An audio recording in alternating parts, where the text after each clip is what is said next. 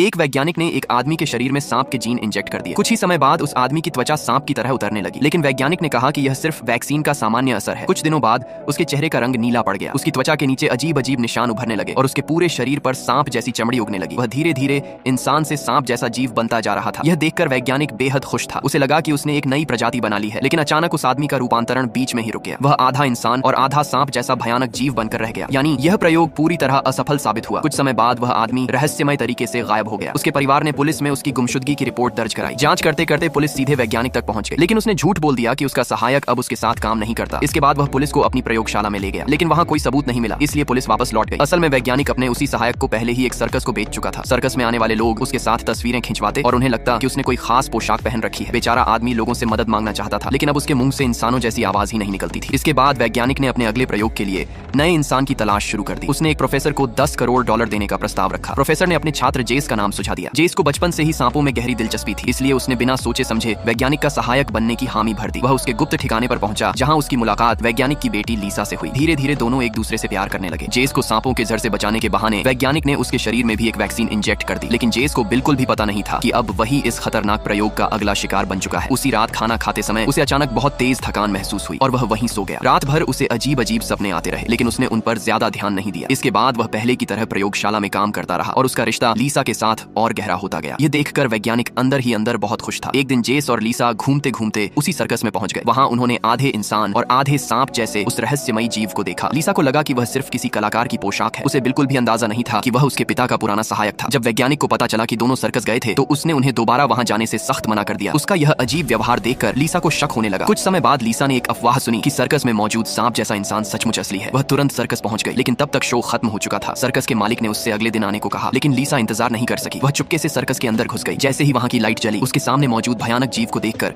उसके कदम डर से पीछे हट गए। वह कोई और नहीं बल्कि उसके पिता का वही पुराना सहायक था। उसी पल लीसा को एहसास हुआ कि उसका बॉयफ्रेंड जेस भी अब उसके पिता का नया सहायक बन चुका है और शायद उसके साथ भी वही होने वाला है। वह पूरी रफ्तार से घर की ओर भागी, लेकिन तब तक बहुत देर हो चुकी थी। वैज्ञानिक का नया प्रयोग इस बार पूरी तरह सफल हो गया था। जेस अब पूरी तरह एक विशाल सांप में बदल चुका था। जब लीसा वहां पहुंची तो वैज्ञानिक पहले ही मर चुका था। कुछ ही देर में पुलिस भी प्रयोगशाला पहुंच गई और पूरे इलाके की तलाशी ली, लेकिन जेस का कहीं कोई निशान नहीं।